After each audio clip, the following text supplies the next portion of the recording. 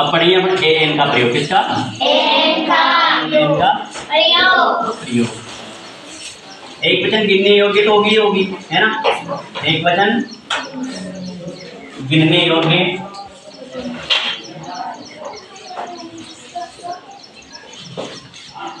संज्ञा जो स्वर से शुरू हो। किससे शुरू हो? स्वर यानी ओवल्स।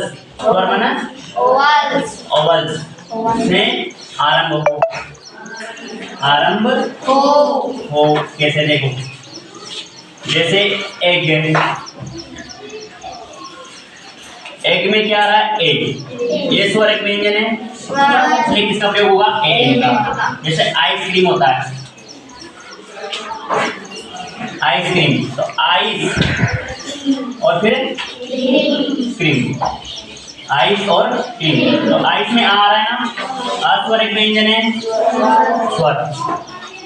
अब देखो यूनिट लिखते हैं अपन, यूनिट। अब यूनिट में क्या आ रहा है? वैसे तो स्वर आ रहा है इंग्लिश में तो, लेकिन हिंदी में लिखेंगे तो यूनिट। अब यूनिट में क्या आ रहा है? यू आ रहा है ना, तो ये क्या है? व्यंजन है। ये क्या है?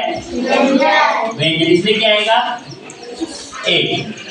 आ रहा समझ में? ऐसे कैसे? देखो ऐसे कैसे? AOUR। अब इसमें आवर आता है, क्या लिखते हैं इंग्लिश में? आवर। एक साइलेंट रहता है, इसलिए यहाँ आई आएगा, इसलिए क्या आएगा? AN। क्यों आएगा? क्योंकि आ क्या है? स्वर है। आ क्या है? स्वर। ऐसे कैसे? देखो यूनिवर्सिटी, यूनिवर्सिटी। अब यूनिवर्सिटी में देखो, यूनिवर्सिटी में क्या आ रहा है?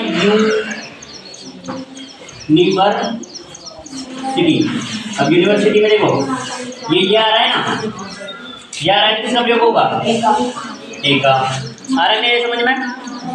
यूनिवर्सिटी, यूनिवर्सिटी में यहाँ यूनिवर्सिटी। उसके बाद देखो ऑनेस्ट, ONEST। ऑनेस्ट मैन आता है ना, ऑनेस्ट मैन। तो ऑनेस्ट में क्या आ रहा है? H। तो H आ रहा है ना, ऑनेस्ट। अब यहाँ देखेंगे अपनी हिंदी में, किसमें ध्यान देंगे? हिंदी में ध्यान देंगे। और हिंदी में क्या आ रहा है? O। इसलिए किसका प्रयोग होगा?